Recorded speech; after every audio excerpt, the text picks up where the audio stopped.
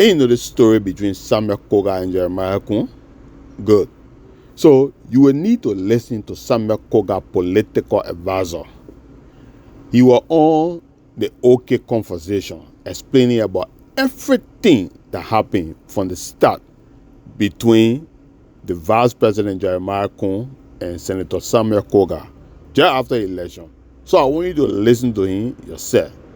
Then let us know what you think. Remember, share the video. Election night, and then the results started pouring in, and of course, Kogar won. In not even like 6-7 months, we already seen what appears to be a fracture, a split. What is happening? Firstly, Senator Kogar as a person is a man with good heart.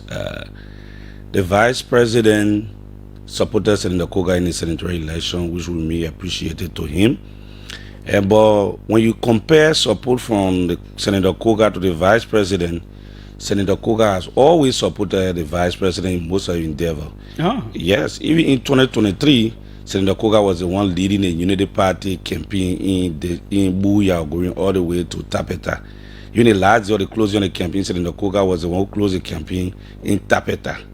Most of the activity of the Vice President, he has already been buttressed by Senator Kogar. So when it comes to this, was the first time that the Vice President ever supported Senator Kogar, and I think we be appreciative of that. So the Koung as representative, as senator, did not support Kogar as a representative in his district? Not at the time. Even this going election, he had 4 candidates against Senator Kogar. The very guy who just won Koto Kwagru, Augusto Menkwar, and we have one man. There were 4 serious candidates that the Unity Party put up in that same district against Senator Kogar, and Senator Kogar defeated them. I mean, the guy is very strong. Throughout his election, the last 3 elections he won as representative, he was always in rivalry with Senator Johnson, and he was always winning. So when it comes to the politics in District Number 5, he has been very, very strong. But again, in the senatorial seat, the Vice President coming up for the first time to say he was supporting Senator Kogar is something we appreciate. But in my opinion, the Vice President's support was not that sufficient for his winning, because Senator Kogar know how to campaign. We campaigned 42 days of non-stop. He and myself, we couldn't go anywhere until the day of the election. And wheresoever, because when the Vice President came in, we divided the time. The side the Vice President took was the side that we got defeated massively. That the District 1, District 2, portion of District 3 that has to do with Yokipa belt. It is where it really beat us. Even the places that got Boozy, where representing Yan Flomo and the Vice President, we had a big program. We got less than 55 votes and other things. But overall, his presence was also good. But the truth of the matter is that Senator Kogar is strong to the extent that he can make it win. What is the issue? What is going on between both of them? The issue is that the Vice President has never been treating our team good. How? Firstly, when we came from the election, Senator Kogar inherited 20 persons on the payroll with the late Senator Johnson. When Senator Johnson died, and out of that 20, some of them are Senator Johnson's children and relatives. Senator Kogar himself had like 15 persons at the House of Representatives in payroll. So if you add them to the 20, it's 35. Those of us who were on the direct campaign team, we were like, I were 46. So altogether, Senator Kogar have like 80 some more people sitting down that he needed to make decision on. Senator Kogar reached out to the Vice President, appealing for an assistant so as to be able to balance in, to be able to get some of the people to get jobs in government, to be able to get placement. Up to President, the Vice President not being able to help just one person. What was more important was when the space of the Commerce Inspector General came in, we actually wanted it at all costs. Senator Kogar appealed to the Vice President. Say, give me a one of my team members can take this, then I really can exhaust few of the members. The Vice President refused, and he brought in one of his childhood friends, Mia Togbatu. Again, on the issue of the Buya election, Senator Kogar's strategy was, since I just came from Buya, give me the opportunity, let me be able to be the one to decide who become representative here. Then that person can even be able to help to reduce the load I have on me. They sat, the Vice President agreed 100%. He was on the radio in Nimba, said the election in Buya, my hand is not inside, it will be decided by Kogar. After that, 2-3 weeks later, we don't know what happened, why didn't happen. Senator Kogar came out and endorsed his candidate. All of a sudden, the Vice President MDR guy, they called for a primary by the executive. When Senator Kogar went there and asked them and said, but we're supposed to have a candidate, which you guys gave me the go ahead and already endorsed a candidate that's supposed to be the Booyah election. What you people say? When they said that at Congo Town Party headquarters, the MDR guy said that they were going to stone Senator Kogar if ever made mistake to talk, and there was a threatening.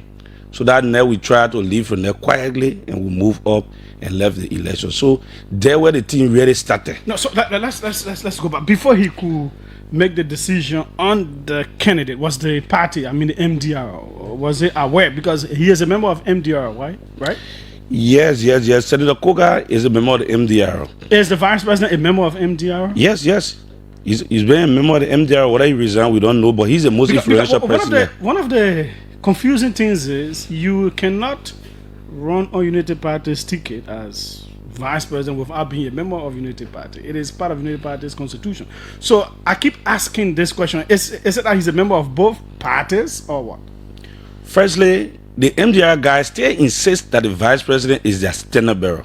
Even up to present, they still insist that he's their standard bearer.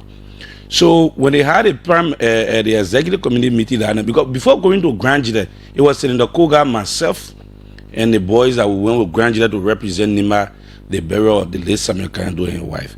Before going to have a meeting with the party chairman, and he accepted. He said the Vice President told me that you and he spoke and you are going to be the one to decide Booyah election. So when the Grand Jury we came, we endorsed our candidate. We were very much optimistic that we're going to move it to Booyah election. But again, all of a sudden, what we heard was the young people around the Vice President, because I treat him bringing the confusion. The young people around the Vice President told him that if you allow Kogar to be the one to decide our candidate in Booyah, he'll be too powerful.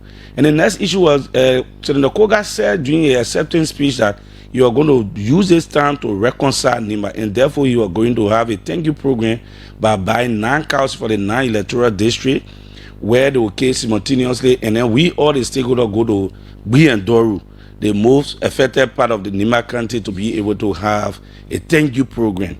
When the program is done that way and we have a program there, then everybody will be able to unify. He started to reach out to Edith, to Garrison, Gompu, and everybody as a big brother. So again, when that started, what we heard was that people around the Vice President told the Vice President that if you allow Kogar to do such program, it will be difficult. So even the appeal that the Senator Kogar appealed to the President of the Popular Library for funding to have a program, it was blocked. It was based on these things that brought the outbursts of the Senator. And the Senator, and one of the things that make the Senator to even go on radio was that the Senator met the Vice President as a big brother. He met the Vice President in a Samiana program. And he worked to the Vice President. You know, Kogar is somebody that don't have a feeling. He can never have a feeling. He said, look, I have a problem with you. The way you treat me, I'm not certified. And he said it among people. He didn't say in Kono. So when he said it, the Vice President said, okay, can't to me net talk.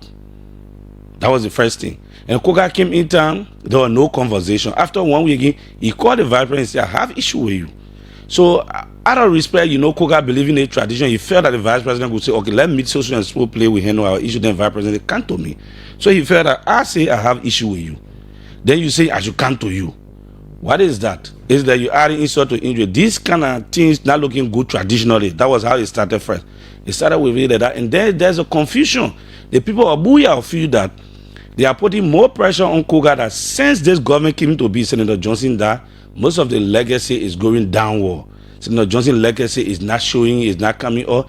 There is absolutely no position for the entire Booyah presidential appointment position. I'm not talking about commissioner also at the national level. So they too feel that with Kogar being here now replacing Senator Johnson, he needs to take that view to the government that they need this job. Because the late Senator Johnson was originally from Booyah. Booyah. He and Kogar, they are brothers. Okay. The father and father are brothers. So they need to, as I speak to you right now, as Senator Kogar house now, there's a big PYJ family meeting going on. All the children are Senator Kogar house now, as I speak to you. They are having a family meeting there now, ongoing to discuss a lot of family issues, including PYJ wife, as I speak to you now. So they have a situation where the entire pressure coming from Buyao, those of us who are on the campaign team will get pressure on Kogar, will say, look, Kogar will need job. Political reward is not in heavy. So when you go to Kogar house in the morning, you see around 50, 60 people. You come to the office, people full of people standing all in the hallway. So he been under pressure, grieving. Last minute of time, he has to leave from here to go to Nimba, and then the Buyao election when you're going on. Initially, he said he no want the confusion, so you're going to take a hint of the Buyao election and sit down quietly and observe. So he did not endorse any candidate. He was just in Ghana, in the district to vote. He was just sitting in Ghana alone. So in my opinion, he was just grieving. Every time when I leave from Sen.Kogar, I can't spend the day, I go in the evening, you'll be grieving, complaining, what is happening is not good. And so that's our last minute time the outburst came up. But sincerely speaking, the vice president is not treating Kogar well. He has never respected Kogar since Kogar won his election. He doesn't see Kogar as a senator. And that's where the problem coming from. And Kogar feel that where he is now, as a replacement for Senator Johnson, he should be treated in that capacity. He should also be the next county chair. He should be the political leader for MDR. He should be respected in a way that when there are issues with concessions or other issues, it should reach to him as the ODS in the caucus. That is one of the points that Kogar have, that he want to be treated with that respect. So, like, even when we went to Grand Jury, the Nimba community brought a complaint to him about how Senator Johnson used to treat them, always care for them. Gbapolu grew, even just day before yesterday, the Gbapolu grew call, there were issues there that Senator Kogar. So, across the country now, all of the complaints that can come from the Nimba Quadro group are going to Kogar.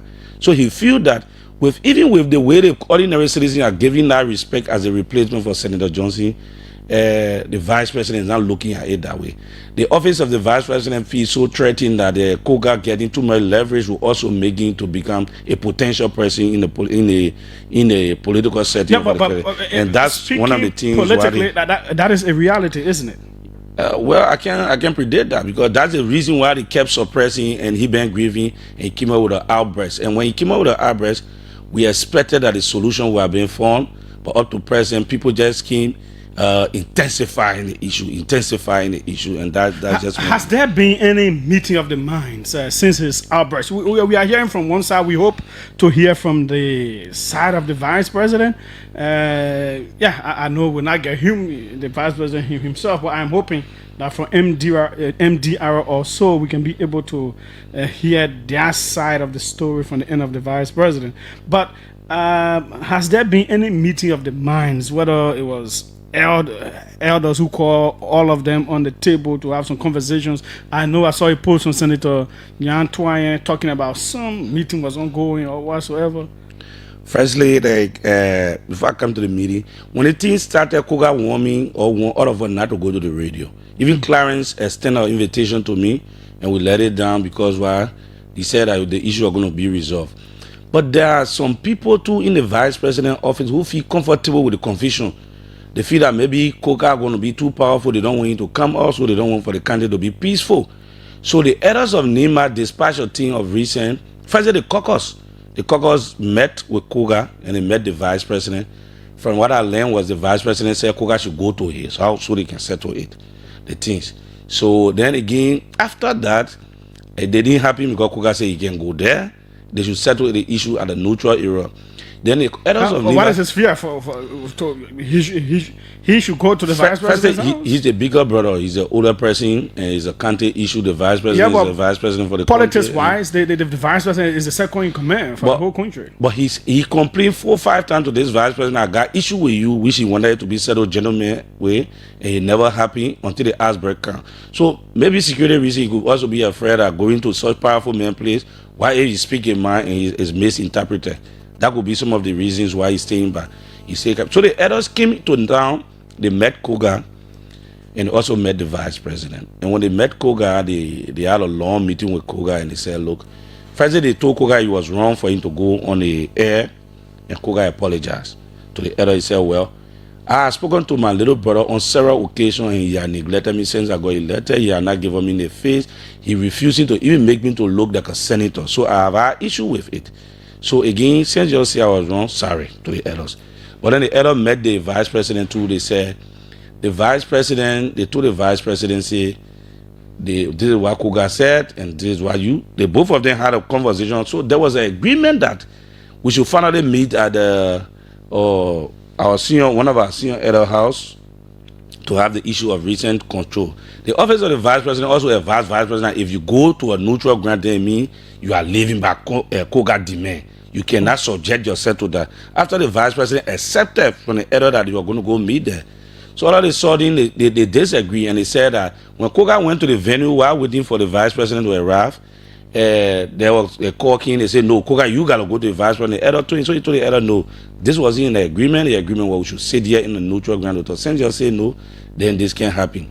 Now the surprising thing that even making some of us to start coming to the radio is that the people try to make the situation look like the vice president office trying to manipulate the process to make the process to know that Kogar is the one causing problem. They left, they see elder who found Kogar for speaking on radio. The elder went back home, they had press conference 4 or 5 times. Something which I want for the public to listen to, people listen to me in Nimba County, Tapeta, to understand. If the elder say you are wrong to come on air, how is it possible that you, the very elder, can also go on air? So that's how the office of the vice president and most of the people are trying to contradict most of the things that are going on. And as it stands, I can tell the public that Kogar as the president, he doesn't have a fear. He doesn't have a problem, and he got no bigger ambition as he's been feared by other people. All Kogar wants is there should be a peaceful solution. He should be respected as senator, and he should allow him to run the county. As Prince Johnson used to run the county, because the responsibility to him is very, very heavy. Well, there is a clash of power, a clash of authority, a clash of egos right there. The vice president is from Nimba. He's the highest political person in government. Is it possible for a senator to exercise that role that Senator Johnson then exercised in the presence of a vice president who originates from the very same county? Is it really practicable? For the fact that the vice president, the very person who supported this, Senator Kogar, and Senator Kogar has been very respectful to him. Senator Kogar being a earnest person who is a traditional person, I would think that the vice president just have to trust him and allow him to test his own leadership power. Like for instance, it can be the ODS in the caucus. You say you have caucus chair, then the caucus chair is a representative, new representative who is going for re-election. It doesn't sound good. Kogar been over for 13 years, going to 14 years. He understands how the legislature works, how the county authority works. Now, Kogar has been there for the vice president, for this unity party. Understand that the entire CDC blame Kogar now for the majority black and the minority black when he stood for unity party as the head of the majority black. Unity party people crown, he stood for them today. He has stabilized their government. For 90 years not there. The enjoyment of the Richard Koung, the vice president, everybody getting to that enjoy. Kogar is not enjoying it. Kogar is absolutely broke. After 4 elections, they may want to election 2023, 2024, 2025, 3 serious elections. Things tough. But they are enjoying, they are not looking up to Kogar. Kogar support on it. Everybody just lavishing around. You go everywhere. Right now you go in Kogar, you see more than 50 million people in no job. So what big way it be that to give the many authority to run the country? If that would be the reason why he would negotiate for job for the people, he get job. Why would we have the whole of booyah? The small piece of joy that now go to Nimba from Unity Party, you get that dominated by social Ganda people. And these were things that people said it was wrong. We continue to alarm on that. Look, Mr. Vice President, you cannot run our country with just the Ganta scenario. Not because you come from Ganta, then only your friends should go to government. Booyah, the who was Senator Johnson, the godfather of Nimba, no one job go there. Where I come from, Zor, nothing. Yami, nothing. Sen.Kogar, nothing. So we are in a complex situation that the reconciliation that's supposed to take place in Nimba, it came too far. So Kogar has proposed that giving a country that means reconcile, and you are being able to reach out to everybody. So that's some of the things that and what the vice. I spoke with Edith the other day, and she admitted